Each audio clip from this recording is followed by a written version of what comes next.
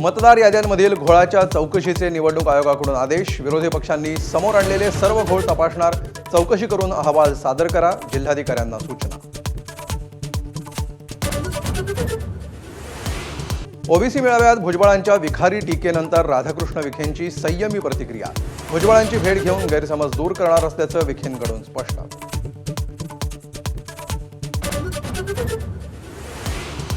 नागपुरातील अफाट मोर्चाला भाजप घाबरला. भुजबळांना पुढे करून आपल्यावर टार्गेट करायला सोडलं. विजय वडेट्टीवारांचा निशाणा. अंबडच्या सभेमध्ये कोयत्याची भाषा झाल्याचाही खुलासा.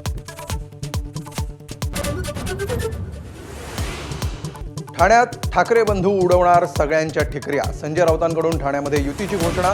ठाकरेंची सेना आणि मनसे 75 पेक्षा जास्त जागा जिंकणार असल्याचं राऊतांचं भाकीत. बुलढाण्यात भाजप आणि शिवसेनेतील वाद चव्हाट्यावर. कोणत्या कामाचं कमिशन म्हणून 1.5 कोटींची डिफेंडर. नाव न घेता भाजप जिल्हाध्यक्षांचा शिवसेना आमदार संजय गायकवाडांवर निशाणा.